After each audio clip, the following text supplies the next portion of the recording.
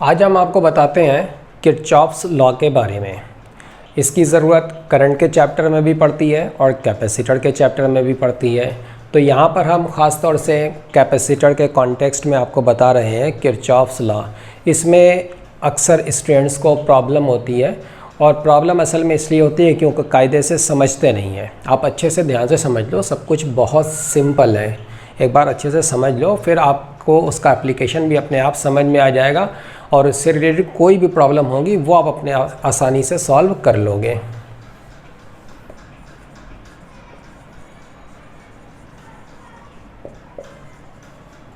Kirchhoff's laws, ये हम आपको कैपेसिटेंस में जो पढ़ाया जाता है उससे रिलेटेड पढ़ा रहे हैं। बेसिकली रहता तो करंट और कैपेसिटेंस में सेम फंडा तो सेम ही है, लेकिन क्वेश्चंस अलग अलग टाइप के बन जाते हैं। ठीक है, तो कैपेसिटेंस के रेफरेंस में हम आपको इसको पढ़ा रहे हैं। ओके, किरचॉफ्स लॉज, दो लॉज हैं। पहला लॉ होता है जंक्शन लॉ, उसमें तो कुछ खास है नहीं। जंक्शन लॉ, एक जंक्शन पर कुछ वायर्स आपस में कनेक्टेड हैं। अब अगर एक तरफ से चार्ज आया Q1, दूसरी तरफ से आया Q2 और एक तरफ निकल गया Q3, this is the first law and this is obviously very simple. किसी भी जंक्शन पर मिलने वाले सारे चार्जेस का सम ज़ीरो होता है। किसी भी जंक्शन पर मिलने वाले सारे चार्जेस का सम ज़ीरो होता है, लेकिन जब आप इस चीज़ को अप्लाई करोगे तो इसका मतलब ये होगा कि जो आने वाले चार्जेस हैं जंक्शन पर उनको आप प्लस लोगे और जो जंक्शन से जाने वाला चार्ज है उसको आप माइनस लोगे। ऑब्वियसली इसी को हम ऐसे भी लिख सकते हैं Q1 plus Q2 equal to Q3। आने वाला टोटल चार्ज और जंक्शन से जाने वाला total charge, total incoming charge equal to total outgoing charge, total incoming equal to total outgoing. ठीक है, दिस इज़ वेरी सिंपल। जैसे अगर एक ये जंक्शन है, अब इधर से 2 कूलम चार्ज आया, इधर से 3 कूलम चार्ज आया, इधर 4 कूलम चार्ज निकल गया, तो बताओ इस लाइन में कितना चार्ज होगा और ये इस तरफ फ्लो हो रहा होगा या इस तरफ। तो देखो 2 आया और 3 आया, मिलकर के कितना आया, 5 तो आ गया और उस 5 में से 4 इधर निकल गया, बचा हुआ 1 कूलम इधर से निकल जाएगा। क्योंकि जंक्शन कोई ऐसी चीज़ नहीं होती है जो चार्ज को स्टोर कर सके, ना चार्ज स्टोर करेगी ये, ना ये चार्ज को जनरेट करेगी। ठीक है, इसलिए जितना भी चार्ज आना है वो उसको निकलना ही है। टोटल आने वाला चार्ज, टोटल निकलने वाला चार्ज बराबर होता है। So this is the junction law, this is the first law. अब देखो सेकेंड लॉ बहुत इंपॉर्टेंट है। What is the second law? इसी को बोलते हैं लूप लॉ, किरचॉफ का लूप लॉ। वैसे तो बहुत सिंपल है, लेकिन एक बार इसको ध्यान से इसके एप्लीकेशन को आप समझ लो। क्या होता है ये सेकेंड लॉ? देखो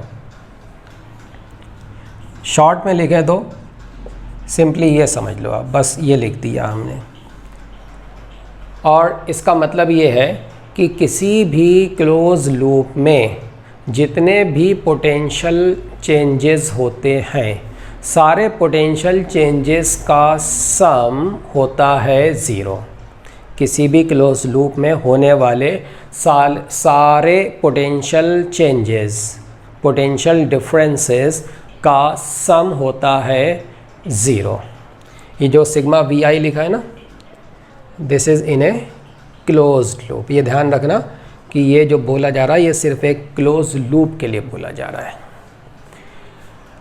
मतलब ये कि V1 plus V2 plus V3 and so on, this is zero.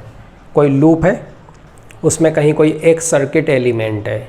Circuit element का मतलब लाइक ए कैपेसिटर और ए रेजिस्टेंस और may be some cell, may be some inductor, आगे आएगा। ओके, तो उस एलिमेंट के अक्रॉस पोटेंशियल का डिफरेंस है V1। फिर आप आगे चले, कोई और दूसरा सर्किट एलिमेंट आपको मिल गया, potential differences V2 and so on. सारे पोटेंशियल डिफरेंसेस का जो सम है that should be zero. Okay, अभी आपको दिखाते हैं, एग्जाम्पल लिख के दिखाएंगे, तब आपको बात समझ में पूरे तरीके से आएगी। फिलहाल आप यहाँ पर दो बातें बहुत अच्छे से समझो। किरचॉफ लॉ लगाने के लिए दो बातें आप समझ लो। एक बात, पहली बात तो बहुत छोटी सी है, सिंपल सी बात है, वो ये है कि जब आप किरचॉफ लॉ लगाओगे, पोटेंशियल डिफरेंसेस को ऐड करोगे और उसको इक्वल टू ज़ीरो करोगे, तो जहाँ कहीं पर भी पोटेंशियल का राइज होगा उसको आप पॉजिटिव लोगे। पोटेंशियल का राइज पॉजिटिव लेना है और पोटेंशियल का ड्रॉप अगर कहीं पर होता है तो उसको आप नेगेटिव लेंगे। मतलब जैसे 3 वोल्ट का ड्रॉप हो गया तो उसको आप लेंगे -3 इक्वेशन में आप लिखेंगे -3 वोल्ट। पोटेंशियल का राइज आपको प्लस लेना है, पोटेंशियल का ड्रॉप आपको माइनस लेना। अभी लिख कर दिखाएंगे, आपको समझ में आएगा, डोंट वरी। दूसरी बात बहुत इंपॉर्टेंट, सबसे ज़्यादा इंपॉर्टेंट बात अब हम आपको बता रहे हैं और इसी पर असल में बच्चे ध्यान नहीं देते हैं, स्टूडेंट्स ध्यान नहीं देते हैं, इसलिए ये चीज़ लोगों की समझ में नहीं आती, आती भी है तो अप्लाई करने में बड़ी प्रॉब्लम्स होती हैं। हालांकि है बहुत आसान है, इसका एप्लीकेशन भी बहुत आसान है। इस पर कोई भी क्वेश्चन आ जाए तो मान के चलो उसको तो बनना ही बनना, नहीं बनने का तो सवाल ही नहीं उठता है। तो देखो, दूसरी बात जो आपको बिल्कुल बेसिक चीज़ है जो ध्यान रखना है, तब आपको इसका एप्लीकेशन समझ में आएगा, वो ये है। ये आपको नोट करने की चीज़ है, बहुत सिंपल है, लेकिन आप लिख लो अच्छे से और याद रखना इसको। देखो, ये एक रेजिस्टेंस है, सपोज दैट रेजिस्टेंस है R। अब इसमें एक करंट फ्लो हो रही है I, करंट इज़ I। अब ये आपने करंट के चैप्टर में पढ़ रखा है, नहीं पढ़ा है तो पढ़ोगे आगे चल करके। किसी रेजिस्टेंस R में जब करंट I फ्लो होता है तो उसके अक्रॉस पोटेंशियल का डिफरेंस होता है IR। पोटेंशियल का डिफरेंस होगा IR और इस रेजिस्टेंस का एक एंड हायर पोटेंशियल पर होगा और दूसरा एंड लोअर पोटेंशियल पर होगा। अब ये बताओ कि ये V1 हायर है या V2 हायर है, तो आपको तो पता होगा कि करंट हायर पोटेंशियल से लोअर पोटेंशियल की तरफ जाती है। इसका मतलब V1 V2 से बड़ा है, इसीलिए करंट इधर जा रही है। और V1 और V2 के बीच में जो पोटेंशियल डिफरेंस है वो है IR। आप चाहे तो इसको V लिख दें, नो प्रॉब्लम, ठीक है। हाँ, तो यहाँ पर समझना आपको ये है, देखो ये हायर पोटेंशियल है और ये लोअर पोटेंशियल है, इसीलिए करंट इधर जा रही है। करंट चलती है हायर पोटेंशियल से लोअर पोटेंशियल की तरफ। इसका मतलब ये हुआ कि अगर हम इस लाइन में चलें, इस रेजिस्टेंस से होकर के चलें, इस रेजिस्टेंस से होते हुए पार होकर के निकलें, तो अगर हम उस डायरेक्शन में चलें जिस डायरेक्शन में करंट फ्लो हो रही है तो पोटेंशियल का ड्रॉप होगा। कितना ड्रॉप होगा? पोटेंशियल का ड्रॉप हो गया। कितना ड्रॉप हुआ? IR। जब किसी रेजिस्टेंस R को हम पार करके निकलते हैं और उसमें करंट I होती है तो पोटेंशियल का चेंज आता है IR। अगर हम करंट की डायरेक्शन में होते हुए जाएंगे तो पोटेंशियल में ड्रॉप आएगा, IR का ड्रॉप। मतलब इक्वेशन में जब आप उसको लिखेंगे तो -IR लिखेंगे, ड्रॉप को नेगेटिव लेना है। और अगर आप करंट की डायरेक्शन के अपोजिट चल रहे हैं R से होते हुए तो पोटेंशियल का राइज होगा, पोटेंशियल का राइज आएगा। कितना राइज होगा? पोटेंशियल का कितना राइज हो जाएगा? IR के बराबर राइज हो जाएगा, ठीक है। करंट की डायरेक्शन में IR का ड्रॉप, करंट के अपोजिट चलने पर IR का राइज। राइज है तो प्लस IR, ड्रॉप है तो माइनस IR। तो एक चीज़ तो आपको ये याद रखना है, ठीक है, ओके। दूसरी बात आपको इसी में ये याद रखना है, 3 चीज़ें हैं, 3 सर्किट एलिमेंट्स अलग अलग, उन तीनों के लिए आपको याद रखना है। देखो, ये एक कैपेसिटर है, इसकी कैपेसिटेंस है C, ये इसके टर्मिनल्स हैं। अच्छा, इस पर चार्ज है मान लो प्लस और इस पर है minus, plus Q minus Q. Capacitor पे आपको तो पता ही है कि अगर एक पर प्लस क्यू है तो दूसरे पर माइनस क्यू होता है, और तब हम बोलते हैं कि इस कैपेसिटर पे चार्ज है क्यू। ओके, जब कैपेसिटर पे चार्ज क्यू हो और उसकी कैपेसिटेंस सी हो तो कैपेसिटर की प्लेट्स के बीच में पोटेंशियल का डिफरेंस, उसके टर्मिनल्स के बीच में पोटेंशियल का डिफरेंस कितना होता है? Q by C. Q equal to C V C, this is Q by C. अब देखो इसमें क्या है, पोटेंशियल का difference between the plates that is Q by C. अगर आप इस डायरेक्शन में चलें, कैपेसिटर से होकर के निकलें, कैपेसिटर की लाइन जिस लाइन में वो कनेक्टेड है ना, उस लाइन में होकर के आप चलें, कैपेसिटर से पार हों, और इस डायरेक्शन में चलें। किस डायरेक्शन में?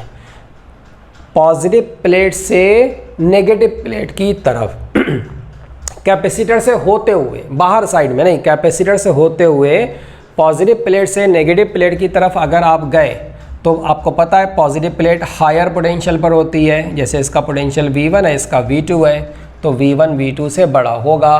पॉजिटिव प्लेट हायर पोटेंशियल पर होती है, नेगेटिव प्लेट लोअर पोटेंशियल पर होती है, और दोनों के बीच का पोटेंशियल डिफरेंस होता है Q by C. So if you are moving in this direction, it means that you are moving from some higher potential to lower potential. आप हायर पोटेंशियल से लोअर पोटेंशियल की तरफ गए, इसका मतलब पोटेंशियल का ड्रॉप हो गया।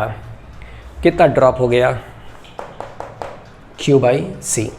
तो जब आप किसी कैपेसिटर को पार करते हुए निकलेंगे and you are moving in this direction, you are moving from positive plate to the negative plate, तो पोटेंशियल में ड्रॉप आएगा, और वो ड्रॉप कितना होगा? Q बाई सी का ड्रॉप होगा। और ड्रॉप है तो आप क्या लिखोगे? इक्वेशन लिखते टाइम क्या लिखोगे? माइनस लिखोगे, माइनस Q बाई सी। ये हमने सिर्फ मैग्नीट्यूड लिखा है, अमाउंट हम बता रहे हैं, ठीक है ना। इक्वेशन में किरचॉफ का लूप लगाते टाइम जब आप इसको लिखोगे तो इसको नेगेटिव आपको लेना पड़ेगा जब ये ड्रॉप है तब। अगर उल्टा आप चलो, इधर चलो, इधर का मतलब किधर? नेगेटिव प्लेट से पॉजिटिव प्लेट की तरफ चलो, तो क्या होगा? तो ऑब्वियसली पोटेंशियल का राइज हो जाएगा। कितना राइज हो जाएगा? Q बाई सी का राइज हो जाएगा। तो राइज है तो उसको आप प्लस लोगे, plus Q by C. Okay, तो दूसरी चीज़ आपको कैपेसिटर के रिगार्डिंग ये याद रखना है, दूसरा पॉइंट कैपेसिटर के बारे में। कैपेसिटर से जब हम होकर के निकलते हैं तो Q बाई सी का या तो ड्रॉप होगा या राइज होगा, डिपेंडिंग अपॉन प्लस से माइनस की तरफ जा रहा है या माइनस से प्लस की तरफ जा रहा है। तीसरी बात जो आपको याद रखना है to apply the Kirchhoff's law, वो है सेल के बारे में। देखो ये एक सेल है। अब सेल का अगर इंटरनल रेजिस्टेंस होता है तो उसको तो हम बाहर दिखाते हैं, आपको पता होगा, है ना, तो हम उसकी बात नहीं कर रहे हैं। अगर वो होगा तो वो बाहर है। ओके, ये एक सेल है। अब इसका कुछ EMF है, जैसे मान लो E है EMF, अब V ले लो, कुछ भी ले लो, EMF इसका E है। आपको पता है ये होती है पॉजिटिव प्लेट, ये होती है नेगेटिव प्लेट, ये होता है हायर पोटेंशियल पर और ये होता है लोअर पोटेंशियल पर, और दोनों के बीच में पोटेंशियल डिफरेंस कितना होता है? उसके EMF के बराबर, क्योंकि इंटरनल रेजिस्टेंस तो बाहर में है। ओके, बाहर में हम दिखाते हैं। हाँ, तो ये हायर पोटेंशियल पर, ये लोअर पोटेंशियल पर। अब अगर आप इस सेल से होकर के निकलें, इस सेल से होकर के आप जा रहे हैं, इस डायरेक्शन में जा रहे हैं, पॉजिटिव प्लेट से नेगेटिव प्लेट की तरफ जा रहे हैं, इसका मतलब you are moving from some higher potential to some lower potential. तो बताओ इधर जाने पर पोटेंशियल में ड्रॉप हुआ या राइज हुआ? ड्रॉप। तो पोटेंशियल में ड्रॉप हुआ, कितना ड्रॉप हुआ? सेल के EMF के बराबर। ओके, अच्छा इधर चलते हैं। अब हम इस डायरेक्शन में अगर हम चलें, सेल से होते हुए निकलें, सेल की नेगेटिव प्लेट से पॉजिटिव प्लेट की तरफ जाएं, तो पोटेंशियल का राइज होगा, because we are moving from negative plate to the positive plate. तो पोटेंशियल का क्या हो गया? राइज हो गया। कितना राइज हुआ? ये EMF के बराबर हो गया। ड्रॉप है तो आप माइनस ई लिखोगे, राइज है तो आप प्लस ई लिखोगे। ओके, तो ये चीज़ आपको याद रखना है, ठीक है। बस ये 3 चीज़ें आपको याद रखनी थी पोटेंशियल डिफरेंसेस के बारे में। कैपेसिटर के across potential difference Q by C होता है, प्लस से माइनस की तरफ जाएंगे तो माइनस की तो ड्रॉप होगा माइनस क्यू बाई सी लिखेंगे, माइनस से प्लस की तरफ जाएंगे तो राइज होगा प्लस क्यू बाई सी लिखेंगे। सेल के अक्रॉस पोटेंशियल डिफरेंसेस का ईएमएफ के बराबर होता है, पॉजिटिव प्लेट से नेगेटिव प्लेट की तरफ जाएंगे तो माइनस ई लिखेंगे, और माइनस से नेगेटिव प्लेट से पॉजिटिव प्लेट की तरफ जा रहे हैं तो राइज होगा, फिर हम उसको प्लस ई लिखेंगे, प्लस ईएमएफ के बराबर। रेजिस्टेंस होकर के अगर हम निकल रहे हैं तो पोटेंशियल का डिफरेंस आएगा I R. If we are moving in the direction of the current then the difference will be drop in potential, so हम उसको लिखेंगे माइनस आई आर। और if we are moving opposite to the direction of the current then it will be the rise in potential, और फिर हम उसको लिखेंगे plus I R, ठीक है। अब देखो, अब हम लगाते हैं Kirchhoff law, Kirchhoff loop law. अब आपको एक हम एग्जांपल देते हैं, उससे आपको समझ में फिर आएगा ये किरचॉफ लॉ में जो बोला गया था, the sum of all the potential differences in a closed loop that is equal to 0। इसके एप्लीकेशंस होते कैसे हैं, पहले एकदम आपको सिंपल एग्जांपल देते हैं, फिर हम उसमें डिफ़िकल्टी लेवल आगे बढ़ा देंगे। आप सिंपल अगर समझ लोगे तो डिफ़िकल्ट तो अपने आप समझ में आ जाएगा। ये देखो, ये एक सेल है, इसका ईएमएफ है मान लो E, ये एक कैपेसिटर है, कैपेसिटेंस है C1, ये एक दूसरा कैपेसिटर है, कैपेसिटेंस है C2। पहले ये दोनों कैपेसिटर न्यूट्रल थे, फिर हमने ला करके इस सेल से इन दोनों को कनेक्ट कर दिया। अब आपको पता है इसने इधर से प्लस चार्ज दिया होगा, इधर से माइनस चार्ज दिया होगा, तो चार्ज जब ऐसे प्लस घूमेगा पूरे लूप में तो इसकी इस प्लेट पर आ जाएगा पॉजिटिव चार्ज, इस पर आ जाएगा नेगेटिव चार्ज। ये पॉजिटिव प्लेट है ना, इधर से पॉजिटिव जाएगा तो यहाँ पर आ जाएगा पॉजिटिव चार्ज और यहाँ पर आ जाएगा नेगेटिव चार्ज। और चूँकि ये सीरीज़ कॉम्बिनेशन है इसलिए जितना इस पर चार्ज होगा उतना ही इस पर चार्ज होगा। इन द स्टेडी स्टेट दोनों कैपेसिटर फुल्ली चार्ज हो चुके हैं, उन पर जितना चार्ज होना था वो हो चुका है। So in this steady state charge full हो चुका है कैपेसिटर पर, इसका मतलब अब और चार्ज का आना रुक चुका है, राइट। अब चार्ज फ्लो नहीं हो रहा है, स्टेडी स्टेट बनी हुई है। इस पे चार्ज Q बना हुआ है, इस पर चार्ज Q बना हुआ है। अब देखो, इसमें एक पैरामीटर Q है, दूसरा C2 है, और ये तीसरा C1 है, और एक चौथा E है। ये 4 पैरामीटर्स हैं। इन चारों में से कोई भी एक अननोन हो सकता है और वो आपसे पूछा जा सकता है। हमें यहाँ पर किरचॉफ लॉ लगाना है जो कि एक क्लोज लूप के लिए लगता है। आपको लूप दिख रहा होगा, ये देखो, ये एक लूप है, लूप दिख रहा है ना, लूप। तो किरचॉफ लॉ हमेशा लूप के लिए ही लगाते हैं। तो लूप देख लो, एक ही लूप है। अभी आगे चल कर के देखिएगा 2, 3, 4, 5, 10, 20 लूप बन सकते हैं, कोई दिक्कत की बात नहीं है। एक लूप में जो होता है वही 10-20 में भी होता है। ये जो लूप है, आप इस लूप में चलोगे starting from any one point, किसी एक पॉइंट से स्टार्ट होकर के आप इस लूप में घूम करके चल करके वापस उसी पॉइंट तक आओगे। और ये जो आपके चलने का घूमने का प्रोसेस होगा, ये आप चाहे तो क्लॉकवाइज चल सकते हैं लूप में, चाहे तो एंटी क्लॉकवाइज चल सकते हैं। जिधर भी आपको चलना कोई फ़र्क नहीं पड़ेगा, आपको इक्वेशन सेम मिलेगा दोनों केस में। किसी भी पॉइंट से आप स्टार्ट कर सकते हो, यहाँ से स्टार्ट कर दो, यहाँ से कर दो, यहाँ से कर दो, यहाँ से, यहाँ से, यहाँ से, यहाँ से, यहाँ से, यहाँ से, यहाँ से, यहाँ से, कहीं से भी स्टार्ट कर दो। तो देखो, हम चलो यहाँ से स्टार्ट कर रहे हैं और इस लूप में घूम करके हम यहीं पर वापस आएंगे। इस लूप में हम पूरा घूमेंगे, चलेंगे, और चल करके इस लूप में हम वापस यहीं पर आएंगे। तो घूमने के लिए हम क्लॉकवाइज भी घूम सकते हैं और एंटी क्लॉकवाइज भी घूम सकते हैं, ठीक है।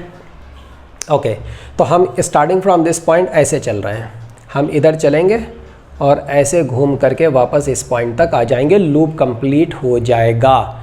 बीच रास्ते में हमको जो भी पोटेंशियल डिफरेंसेस मिलेंगे वो पोटेंशियल डिफरेंसेस हम ऐड करते चलेंगे। अगर राइज है तो प्लस और अगर ड्रॉप है पोटेंशियल का तो माइनस के साथ ऐड करेंगे, मतलब सब्ट्रैक्ट करेंगे, ठीक है। जितने राइजेस मिलते जाएंगे, पोटेंशियल का राइज वो सब ऐड करते चले जाओ, और जो बीच में ड्रॉप मिलते चले जाए वो आप सब्ट्रैक्ट करते चले जाओ।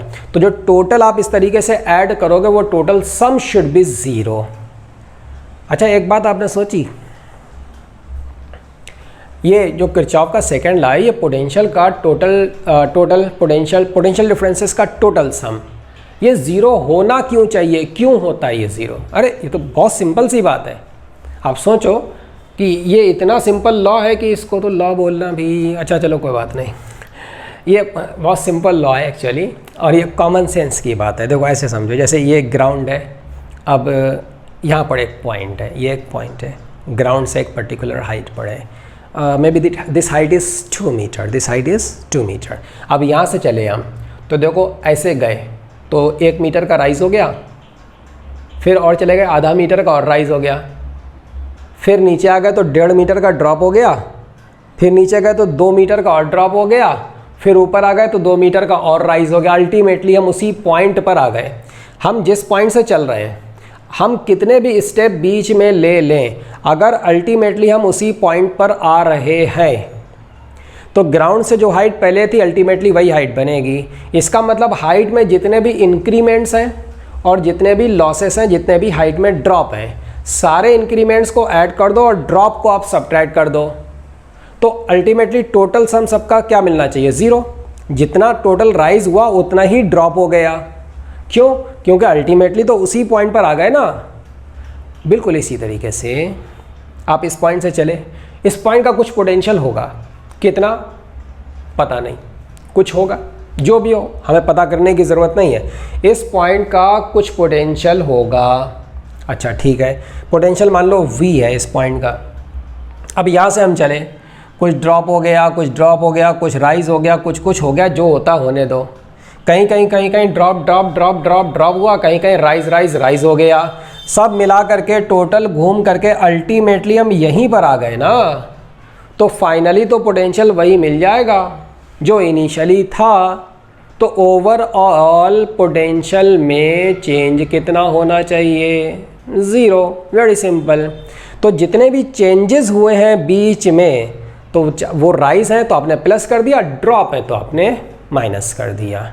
इस वजह से उन सब का जो सम होगा वो आपको 0 ही मिलना चाहिए। सारे चेंजेस का sum should be 0 because ultimately finally the potential is the same, exactly the same as the initial potential, right? हाँ, okay. So Kirchhoff loop law apply करते हैं। देखो यहाँ से चल रहे हैं और हम ऐसे लूप में होकर के जाएंगे, अल्टीमेटली यहीं पर आएंगे। बीच रास्ते में हमको जितना भी राइज या ड्रॉप मिलेगा सब ऐड करते चलेंगे, सब्ट्रैक्ट करते चलेंगे। राइज है तो ऐड और सब ड्रॉप है तो सब्ट्रैक्ट करेंगे।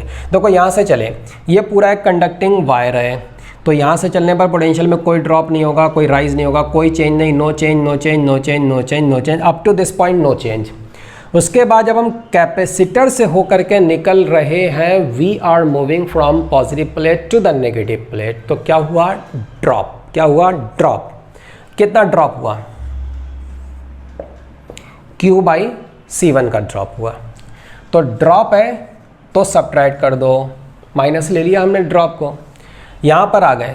उसके बाद फिर ये कंडक्टिंग वायर है, चल रहे हैं, नो चेंज, पोटेंशियल में कोई चेंज नहीं, अप टू दिस पॉइंट कोई चेंज नहीं। कंडक्टिंग वायर में पोटेंशियल में चेंज नहीं आता है, यहाँ तक कोई चेंज नहीं आया। उसके बाद फिर हम इधर गए। Now we are moving from the positive plate to the negative plate, so drop, again drop. कितना ड्रॉप हुआ?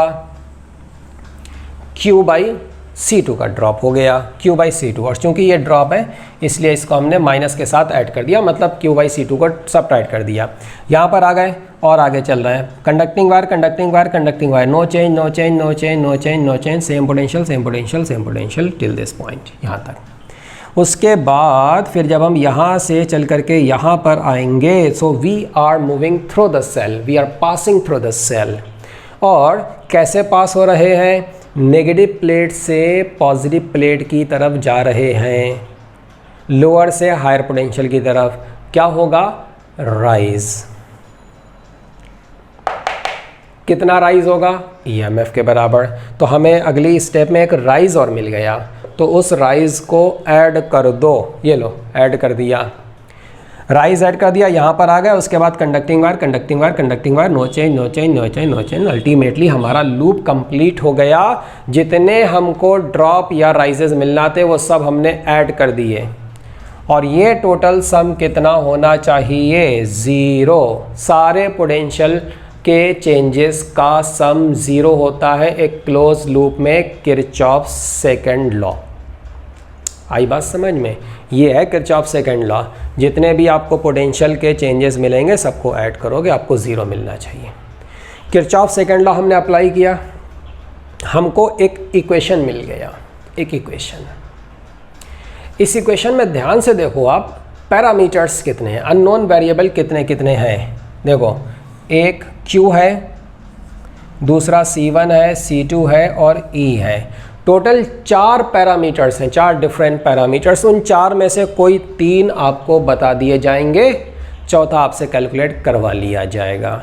जैसे आपको C1 C2 बता दें और E बता दें तो आपसे Q कैलकुलेट करवा लेंगे। वेरी सिंपल, कैलकुलेट आप कर सकते हो। आपको E बता देंगे, C2 बता देंगे, Q बता देंगे, C1 आपसे पूछ लेंगे, वो भी आप कर सकते हैं, है ना। इसी तरीके से आपको हम C1 C2 बता देंगे, Q बता देंगे और E आपसे पूछेंगे तो E आप कैलकुलेट कर सकते हैं। अच्छा, अब एक बात और सुनो, देखो यहाँ पर लूप कितने हैं। अब जो बोल रहे हैं ध्यान से सुनना। अब ये चूँकि अब ये डायरेक्ट हम डिफ़िकल्टी के लेवल पर जंप मार रहे हैं, डिफ़िकल्टी अब एकदम से बढ़ने वाली है। अब ध्यान से सुनो, एक लूप में हम एक बार चले और चलते चलते वही किरचॉफ लॉ, हमने लूप में चलने का पर्पज़ है, हमें किरचॉफ लॉ लगाना है। किरचॉफ लॉ हमने लगा दिया, हमको एक इक्वेशन मिल गया। कोई एक अननोन वेरिएबल होगा, वो एक अननोन वेरिएबल इस एक इक्वेशन से मिल जाएगा। एक अननोन कांस्टेंट के लिए हमें चाहिए होता है एक इक्वेशन, 2 अननोन वेरिएबल के लिए हमको चाहिए होते हैं 2 इक्वेशंस, 3 अननोन वेरिएबल्स फाइंड करने के लिए हमें चाहिए 3 इक्वेशंस, 4 के लिए हमको चाहिए 4 इक्वेशंस, 5 के लिए हमको चाहिए 5 इक्वेशंस। इस टाइप के लूप में आपको सिर्फ एक ही अननोन वेरिएबल दिया जाएगा, आप एक इक्वेशन लिख सकते हो, एक ही लूप है, एक ही लिख सकते हो, वो लिख लेना, सॉल्व कर लेना, वो अननोन वेरिएबल आपको मिल जाएगा। कुछ सर्किट ऐसे होते हैं जिनमें 2 लूप बन जाते हैं, 3 भी बन जाते हैं, 4 भी बन जाते हैं, 5, 6, 8, 10, 20, 50 भी बन सकते हैं। तो किसी भी सर्किट में चाहे कितना कॉम्प्लेक्स हो, आपको करना ये है कि आप लूप्स बनाओगे। एक ये लूप बना लिया, एक ये बना लिया, एक ये बना लिया, एक ये बना लिया, एक ये बना लिया, एक ऐसे ऐसे ऐसे ऐसे ये बना लिया, ठीक है ना। डिफरेंट अलग अलग टाइप के लूप्स आप बनाओगे और सारे लूप में, अब भाई हम इस लूप में चल रहे हैं और हमने इस लूप में चलते चलते जितना ड्रॉप और राइज मिला हमने सबट्रैक्ट किया और ऐड कर दिया और इक्वेशन लिख दिया और किरचॉफ लॉ लगा दिया और इक्वेशन हमारा बन गया। तो आपको अलग अलग लूप बनाना है, उन लूप्स में चल करके आपको किरचॉफ लॉ लगाना है, Kirchhoff loop law, Kirchhoff second law आपको लगाना है, आपको इक्वेशन मिलेगा। दूसरे लूप में चलना है, किरचॉफ लॉ लगाना है, दूसरा इक्वेशन मिलेगा। तीसरे लूप में चलोगे, इक्वेशन लगाओगे, किरचॉफ लूप लॉ लगाओगे, आपको तीसरा इक्वेशन मिलेगा, एंड सो ऑन। किसी भी क्वेश्चन में जितने भी अननोन वेरिएबल होंगे जिनको आपको फाइंड करना होगा, आपको उतने ही इक्वेशन बनाना पड़ेंगे। अगर 2 अननोन पैरामीटर्स हैं तो आपको 2 इक्वेशन बनाना पड़ेंगे, उसके लिए आपको 2 लूप चाहिए। तो ढूंढो, आपको ही ढूंढना पड़ेगा कौन से 2 लूप आप लोगे। अगर 3 अननोन वेरिएबल हैं तो 3 लूप आपको चाहिए, वो आपको सोचना है कि कौन से 3 लूप लोगे। 4 अननोन वेरिएबल तो 4 लूप लोगे। लूप को लेने के बारे में एक इंपॉर्टेंट पॉइंट है, वो सुन लो। एक्चुअली 2 इंपॉर्टेंट पॉइंट हैं। पहला पॉइंट तो ये है कि जितने भी आपको लूप लेना आप लीजिए, लेकिन कम से कम एक लूप ऐसा ज़रूर होना चाहिए जिसमें सेल इंक्लूड हो जाए, जिसमें सेल आ जाए। जो सेल लगा हुआ था ना, वो सेल उसमें आ जाना चाहिए। बाकी दूसरा पॉइंट ये है, अब इसमें हम आपको पहले एग्जांपल लिख देते हैं, फिर आपको बात समझाएंगे तो आपको समझ में आएगी बात। ये एक सेल है, इधर एक सेल और लगा लो, ये लो ऐसे लगा लिए एक सेल। ये C1 है, ये C2 है, ये C3 है और ये E1 है और ये E2 है। अगर ये 10 वोल्ट है तो हो सकता है ये 5 वोल्ट हो, 5 वोल्ट का मतलब ये कमज़ोर होगा, ये ताकतवर होगा। अब ये 10 वोल्ट है, वो 20 वोल्ट हो गया तो वो ज़्यादा ताकतवर होगा, ये कम ताकतवर होगा। ये इधर से अपनी ताकत लगाएगा, इधर से चार्ज भेजने की कोशिश करेगा, वो उधर से अपनी ताकत लगाएगा, वो उधर से चार्ज भेजने की कोशिश करेगा, वो बोलेगा हम तो इधर चार्ज फ्लो कराएंगे, और ये क्या बोलेगा, ये बोलेगा हम तो इधर चार्ज फ्लो कराएंगे। अब दोनों में फाइट हो जाएगी, है ना। फाइट हो जाएगी तो जिसकी ताकत ज़्यादा होगी वो जीतेगा। अच्छा वो जीतेगा तो, लेकिन कुछ और भी चीज़ें हैं, उनका भी असर पड़ेगा। चलो इसको अभी देखेंगे, अभी डोंट वरी। देखो ये सपोज दैट एक सर्किट है, अब इसमें कैपेसिटर की आपको वैल्यूज़ दे दी जाएंगी, डोंट वरी, कैपेसिटर की वैल्यूज़ आपको दे दी जाएंगी। अच्छा चलो हम दे देते हैं, ये C है मान लो, ये 2C है और ये 3C है। इस सेल का EMF है सपोज दैट 2E और इस सेल का EMF है सपोज दैट E, राइट। ये तीनों कैपेसिटर पहले न्यूट्रल थे, फिर हमने इन सेल से कनेक्ट कर दिया। अब क्वेश्चन क्या है हमारा, क्वेश्चन ये है, क्वेश्चन ये है कि तीनों कैपेसिटर्स, सारे कैपेसिटर्स पर आपको क्या बताना है, चार्ज बताना है। इस पर सब पर चार्ज बताओ और प्रॉपर पोलैरिटी के साथ बताना है। ये भी बताना है कि इनमें से कौन सी प्लेट कहाँ पर, कौन सी प्लेट पॉजिटिव है, कौन सी प्लेट नेगेटिव है।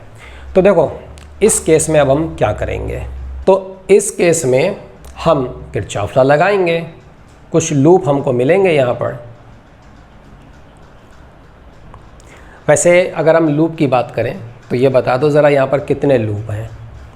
देखो एक तो ये क्लोज लूप है, दूसरा ये क्लोज लूप है ना, और कोई लूप दिख रहा है आपको, ये देखो, ये तीसरा एक और क्लोज लूप है ना। कितने लूप हैं, 3 लूप हैं। कितने लूप हैं, 3 लूप हैं क्लोज लूप, और उन तीनों के लिए हम किरचॉफ लॉ अप्लाई कर सकते हैं।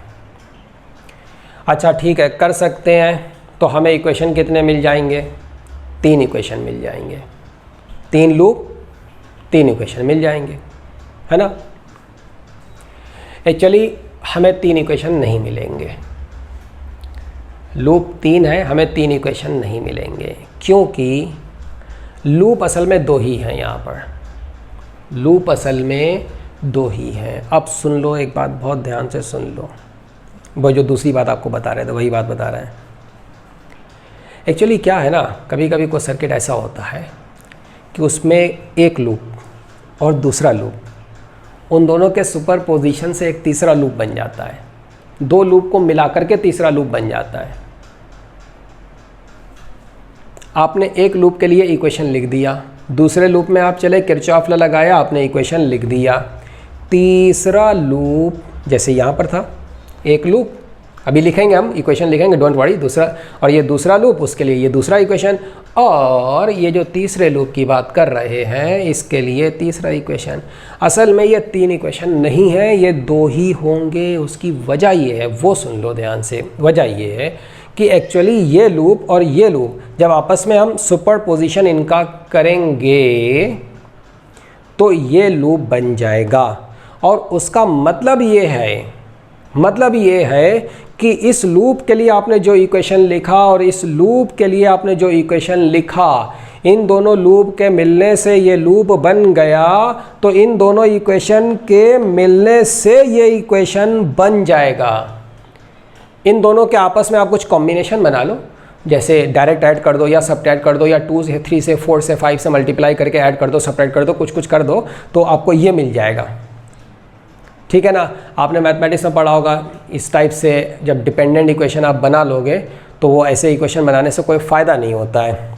मतलब ये कि इन्हीं को मिला करके अगर आपने ये इक्वेशन बना लिया तो ये इक्वेशन आपका बनाना यूज़लेस है, ये कोई तीसरा इक्वेशन है नहीं, इक्वेशन 2 ही है असल में। मतलब क्या है, देखो जैसे हम आपको 2 वेरिएबल में 2 इक्वेशन दे रहे हैं, अच्छा चलो 3 वेरिएबल में देते हैं, क्योंकि हमें 3 इक्वेशन की ज़रूरत तो 3 वेरिएबल के लिए पड़ती है ना, x, y, z equal to 1। हम आपसे 3 वेरिएबल फाइंड करने के लिए कह रहे हैं, तो आपको 3 वेरिएबल फाइंड करने के लिए कितने इक्वेशन चाहिए होंगे, 3 इक्वेशन। आपको हम 3 इक्वेशन दे रहे हैं,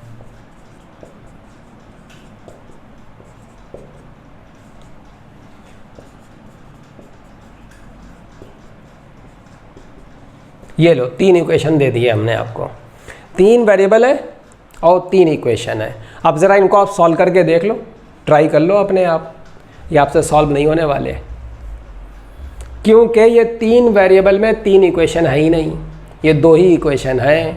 चेक करो, ये देखो, इन दोनों को ऐड कर लो, ये मिल जाएगा, देख लो अपने आप ऐड करके, मिल गया ना। तो जब 2 इक्वेशन को मिला करके आप तीसरा बनाते हो तो वो तीसरा इक्वेशन असल में नहीं होता, वो इंडिपेंडेंट इक्वेशन नहीं होता। ये तीनों इंडिपेंडेंट इक्वेशन होने चाहिए, तब उनके 3 होने का कुछ 3 मतलब निकलता है, ठीक है ना, तब वो कहलाएंगे कि वो 3 इक्वेशन है, फिर आप उनको सॉल्व कर सकते हो। आप अपने आप ट्राई करके देख लो, एक काम कर लो, ये नोट कर लो, तीनों इक्वेशन सॉल्व करके देखो, आपको मज़ा आ जाएगा सॉल्व करने में। घूमते रहोगे आप इधर उधर, इसको ट्राई करोगे, उसको ट्राई करोगे, इसको गायब करोगे, उसको गायब करोगे, कुछ मिलने वाला कुछ नहीं है, ट्राई करके देख लेना, ठीक है। तो ये 3 इक्वेशन असल में नहीं है। तो ये मेरे कहने का मतलब ये है कि इस लूप का इक्वेशन और इस लूप का इक्वेशन जो भी आप लिखेंगे उनको ऐड करके या सब्ट्रैक्ट करके आपको इस तीसरे लूप का इक्वेशन मिल जाएगा, और वो तीसरा इक्वेशन अननेसेसरी होगा, यूजलेस होगा, वो पिछले 2 से ही बनेगा। तो आपको ख्याल इस बात का रखना है कि जब आप लूप सिलेक्ट कर रहे हो तो ऐसा नहीं होना चाहिए कि आपने एक लूप लिया, दूसरा लूप लिया और उन दोनों लूप के मिलने से कोई अगर लूप बन रहा है तो उसको भी ले डाला। अगर उसको भी ले डाला तो इक्वेशन आप लिख लोगे और सॉल्व करते रह जाओगे और ये आपसे सॉल्व नहीं होने वाले। तो जितने भी आप लूप लोगे सब के सब इंडिपेंडेंट लूप होने चाहिए, 2 लूप के मिलने से तीसरा लूप नहीं बनना चाहिए। ऐसा ना होना चाहिए कि 2 इक्वेशन से मिल करके ऐड हो करके सब्ट्रैक्ट करके तीसरा इक्वेशन बन जाए, ऐसा नहीं होना चाहिए। इस बात का ख्याल रखोगे ना तो दिमाग आपका चकरा जाएगा, एग्जाम में सॉल्व करते रह जाओगे, सॉल्व नहीं होंगे ये इक्वेशंस।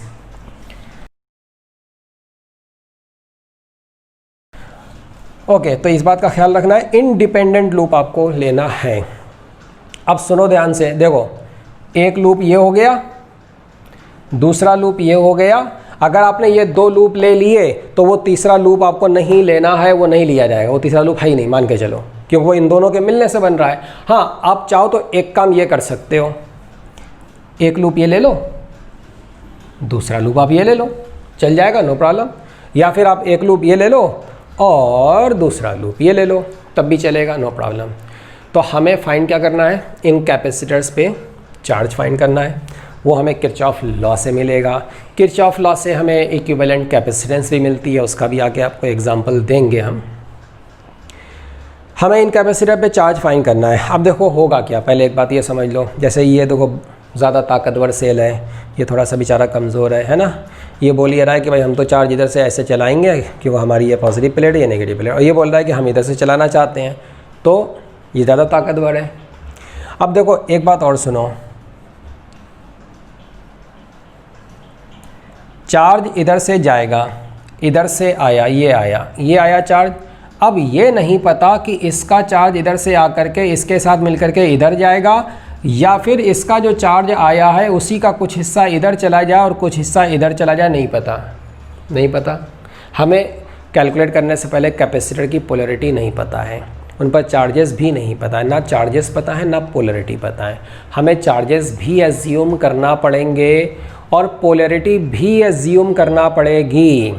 अगर आपने किसी भी कैपेसिटर के बारे में कुछ पोलैरिटी एज्यूम कर ली, कैलकुलेट जब आप करोगे, अगर आपकी एजम्पशन पोलैरिटी के बारे में सही है, करेक्ट है, तो ये Q1 कैलकुलेट करने पर अपने आप आपको प्लस मिलेगा, आपको कोई चिंता नहीं करना है उसकी। और अगर एजम्पशन पोलैरिटी के बारे में इनकरेक्ट थी आपकी, तो फिर ये Q1 कैलकुलेट करने पर अपने आप आपको नेगेटिव मिलेगा। उसका नेगेटिव मिलना आपको ये बता देगा कि ये पोलैरिटी आप गलत ले लिए हो, ऐसी नहीं है पोलैरिटी, इसकी उल्टी है। हाँ, अमाउंट उतना ही रहेगा। जैसे आपने ये कैलकुलेट किया, आपको -2 कूलम मिला, तो आपकी अजम्पशन तो गलत थी, माइनस आया ना, तो पोलैरिटी ऐसी नहीं थी, पोलैरिटी ऐसी थी, असल में एक्चुअल पोलैरिटी ये रही होगी। लेकिन इसका मतलब ये नहीं है कि आपकी अजम्पशन गलत हो गई, इसका मतलब ये नहीं कि आपने इतनी सारी कैलकुलेशन जो करी वो सब बेकार हो गए, वो सब सही है, कहीं कोई दिक्कत नहीं है। ये जो 2 आया ना, ये 2 ही रहेगा, बस वो माइनस आपको बता रहा है कि पोलैरिटी उल्टी है, कैलकुलेशन ठीक रहेंगी। चार्ज जो आपने 2 कूलम कैलकुलेट किया वो 2 कूलम ही होगा, पोलैरिटी ऐसी रहेगी, ठीक है। तो आपको क्या करना है ना, कैपेसिटर्स पे चार्जेस कैलकुलेट करना। ऑब्वियसली कैलकुलेशन से पहले तो आपको ये भी नहीं पता कि पोलैरिटी क्या है, तो जहाँ कहीं कहीं पर ऐसा होता है कि पोलैरिटी के बारे में आपको आइडिया पहले से लग जाएगा। एक ये सेल है, अब ये मत बोलना कि हमको पोलैरिटी नहीं पता, ठीक है। ये 10 वोल्ट है और ये 1 माइक्रोफैरड है, बताओ इस पर कैपेसिटर पे चार्ज कितना होगा। आप बोलोगे पोलैरिटी क्या लें क्या लें क्या लें, तो पोलैरिटी यहाँ पर पता है, कंफर्म पता है ना। तो कुछ जगहों पर कंफर्म पता रहती है पोलैरिटी, कहीं कहीं डाउटफुल हो जाता है, कहीं पर ये चक्कर फंस जाता है, समझ में नहीं आता है। अंदाज़ हमेशा तो नहीं लगाओ, कहीं कहीं अंदाज़ लग जाता है, हर जगह अंदाज़ नहीं लगता है। तो कोई बात नहीं, आपको अंदाज़ नहीं लगे कोई बात नहीं, ये तो बहुत सिंपल चीज़ है। अभी ऐसे 10 लूप हम मिला देंगे, कोई दिक्कत नहीं, 10 मिल जाने दो लूप, जितने लूप बनना बन जाने दो। अभी हम यहीं एक सेल और लगा देंगे, यहाँ एक सेल लगा देंगे, यहाँ लगा देंगे, एक कैपेसिटर और लगा देंगे, यहाँ पर सेल लगा देंगे, एक और एक सेल यहाँ पर लगा देंगे, एक लाइन इधर से चला देंगे, एक लाइन उधर से और चला देंगे, एक लाइन कैपेसिटर इधर लगा देंगे, बड़ा कॉम्प्लेक्स हम बना देंगे, कोई दिक्कत नहीं है। सुनो ध्यान से, किसी भी कैपेसिटर की कोई भी पोलैरिटी एज्यूम कर लो, सब चलेगा। पोलैरिटी की असम्पशन सही है, प्लस आएगा कैलकुलेट करने पर, गलत है तो माइनस आएगा। दूसरी बात, आपको नहीं पता कि किधर से चार्ज जा रहा है, किधर से चार्ज आ रहा है, किधर से जा रहा है, चार्ज इधर जा रहा है कि उधर जा रहा है, ये चार्ज इधर स्प्लिट हो रहा है कि इधर स्प्लिट हो रहा है, कोई दिक्कत नहीं है। आप कहीं, अब देखो क्या करना है वो सुनो ध्यान से, किसी भी एक पॉइंट से शुरू कर दो और आगे चलते चले जाओ। आपको ध्यान इस बात का रखना है कि पूरे क्वेश्चन में आपको कम से कम अननोन वेरिएबल लगाने हैं, ताकि आपको इक्वेशंस कम से कम लिखना पड़े। अगर हम आपको एक वेरिएबल में एक इक्वेशन दे दें तो ये इतना सिंपल होता है कि आपको सोचना भी नहीं पड़ता है, ऐसी ये आंसर सामने लिखा है आपके, ये इतनी तेज़ी से सॉल्व होता है। और अगर हम आपको 2 वेरिएबल में 2 इक्वेशन दे दें तो फिर आपको कुछ तो करना पड़ता है, थोड़ा सा तो आप करोगे तब जा कर के आंसर आएगा, एक्स और वाई मिल जाएगा। देखो डिफ़िकल्टी लेवल देखो कैसा जंप मारा, एक वेरिएबल में एक इक्वेशन, 2 वेरिएबल में 2 इक्वेशन। अभी 3 वेरिएबल में 3 इक्वेशन देंगे ना तो आपको और ज़्यादा मेहनत करना पड़ेगी, और 4 वेरिएबल में 4 दे देंगे तो और ज़्यादा मेहनत करना पड़ेगी। जैसे जैसे वेरिएबल का नंबर बढ़ता है, इक्वेशन का नंबर भी बढ़ता है, तो डिफ़िकल्टी लेवल बड़ा तेज़ी से बढ़ता है। ये बात इतनी नहीं है कि जो 1 से 2 में चेंज आया वही 2 से 3, वही 3 से 4 में आ जाएगा, लीनियर मैनर में नहीं, बड़े ख़तरनाक मैनर में डिफ़िकल्टी लेवल बढ़ता है, ठीक है। तो आपकी कोशिश हमेशा यही रहेगी, कोशिश ये करो कि वेरिएबल अननोन जो आप लगा रहे हो वो कम से कम लगाओ। एक बात सुन लो, एक पर्सनल एडवाइस दे रहे हैं एग्ज़ाम में क्वेश्चन सॉल्व करने के लिए। अगर आप कहीं पर किरचॉफ लॉ किसी क्वेश्चन में लगा रहे हो, वैसे तो आपको बहुत चांस है कि ऐसा मिलेगा नहीं, डोंट वरी, क्योंकि IITs में कभी भी आपको लेंदी क्वेश्चन नहीं देते हैं वो लोग। आपका दिमाग चेक करते हैं, सोच आपकी क्या है वो चेक करते हैं, लेंदी नहीं बनाते हैं। तो देखो कहीं पर अगर आपको ऐसा दिखाई दे कि आपको लगे कि यार यहाँ हमको 3 वेरिएबल लगाने पड़ रहे हैं और 3 इक्वेशन बनाने पड़ेंगे, अगर 3 वेरिएबल लगाने पड़ जाए ना और 3 इक्वेशन बनाने पड़ जाएँ तो उस क्वेश्चन को वहीं छोड़ देना और आगे के सारे क्वेश्चन सॉल्व कर लेना, वो आपके लिए ज़्यादा बेहतर होगा। पहले सब कर लेना, जब एक्स्ट्रा फालतू का टाइम बच जाए तब उस पर आना। आपको लग रहा है कि आपसे बन जाएगा फिर भी मत करना, क्योंकि वो 3 इक्वेशन बड़े ख़तरनाक होते हैं। 3 इक्वेशन को आप बनाओगे एक तो टाइम बहुत ज़्यादा लगेगा, नॉर्मल क्वेश्चन के कंपैरिजन में डबल टाइम लगेगा, और उस पर भी सबसे बड़ी मुसीबत ये है कि उन 3 इक्वेशन को जब सॉल्व करने चलोगे तो मैक्सिमम चांस है कि आपका आंसर गलत आ जाएगा।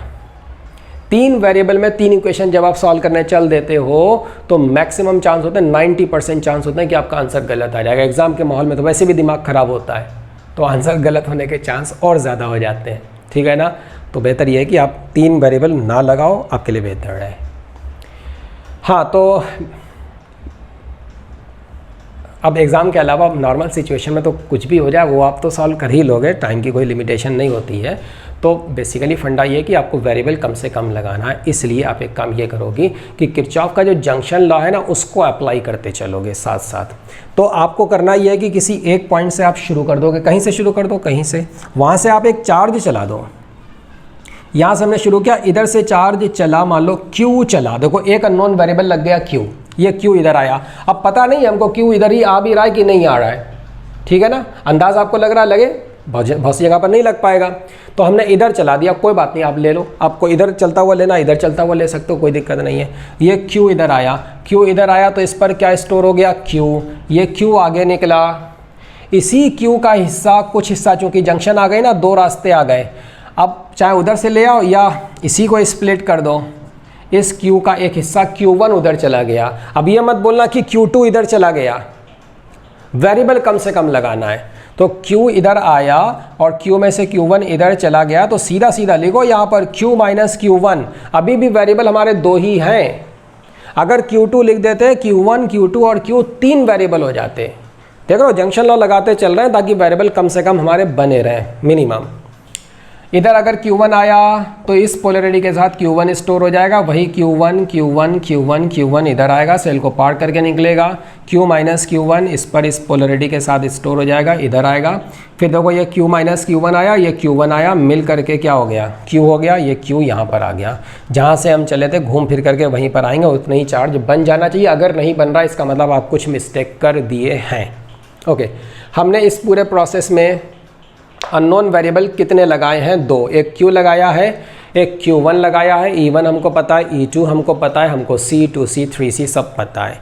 हमें दो अननोन वेरिएबल Q और Q1 फाइंड करना है to find the charges on these three capacitors. Okay, Q1 और Q फाइंड करना है। दो वेरिएबल के लिए कितने इक्वेशन की ज़रूरत है, दो इक्वेशन की। कहाँ से आएंगे, किरचॉफ लॉ से, दो लूप लेना पड़ेंगे। एक लूप हमने ये ले लिया और दूसरा लूप हमने ये ले लिया, ठीक है। देखो अब हम यहाँ से चल रहे हैं इस पॉइंट से, और हम इस लूप में घूम फिर करके ऐसे चलते हुए आएंगे, एंटी क्लॉकवाइज आप चल सकते हो, नो प्रॉब्लम। हम यहाँ से चल करके ऐसे चल करके आएंगे, बीच रास्ता में जो कुछ भी राइज मिलेगा ऐड करते चलेंगे, पोटेंशियल का राइज, और ड्रॉप मिलेगा उसको हम सबट्रैक्ट करते चलेंगे। So starting from this point, conducting wire conducting wire conducting wire, no change no change no change no change no change. ये गए हम कैपेसिटर को पार करके गए, C कैपेसिटेंस है, चार्ज Q है, और हम जा रहे हैं प्लस से माइनस, तो क्या हुआ, ड्रॉप। कितना ड्रॉप हुआ, Q बाई C। ये ड्रॉप हो गया, Q बाई C का ड्रॉप हो गया, हमने माइनस लिख दिया। अच्छा और आगे चलते हैं, ये देखो यहाँ पर आए, यहाँ पर आए, यहाँ पर आए, इस कैपेसिटर को पार करके हम निकले, प्लस से माइनस की तरफ गए, ड्रॉप हो गया। कितना ड्रॉप होगा, charge on this capacitor, this charge divided by it's capacitance, so this is Q minus Q1 upon 3C। अच्छा यहाँ पर आ गए, और ये गए ये गए ये गए ये गए ये गए ये गए, यहाँ पर आए, और ये सेल से पार हुए, सेल से पार हुए, नेगेटिव से पॉजिटिव की तरफ क्या हुआ, राइज। कितना राइज है, 2E का राइज है, 2E को ऐड कर दो, टोटल सम हो गया 0। किरचॉफ लॉ, सारे पोटेंशियल डिफरेंसेस का सम है 0। ये हमारा एक इक्वेशन बन गया दो वेरिएबल्स में, Q में और Q1 में, ठीक है।